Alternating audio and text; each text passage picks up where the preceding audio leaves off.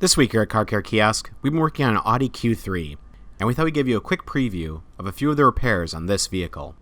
First up, we're going to show you how to put the front wiper blade into the service position.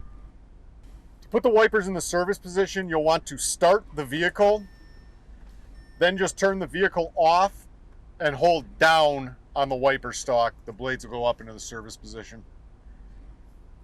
Next, we're going to show you the location of your oil drain plug and oil filter. Let's reach under the vehicle first for the drain plug. Reach to here. Use a flathead screwdriver to turn this plug.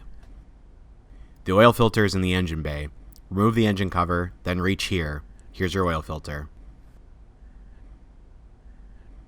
And finally, we're going to show you how to change the reverse light. Open the hatch to begin. Pry down this first panel. Disconnect the connector on the back of it. Press the tab and pull it out.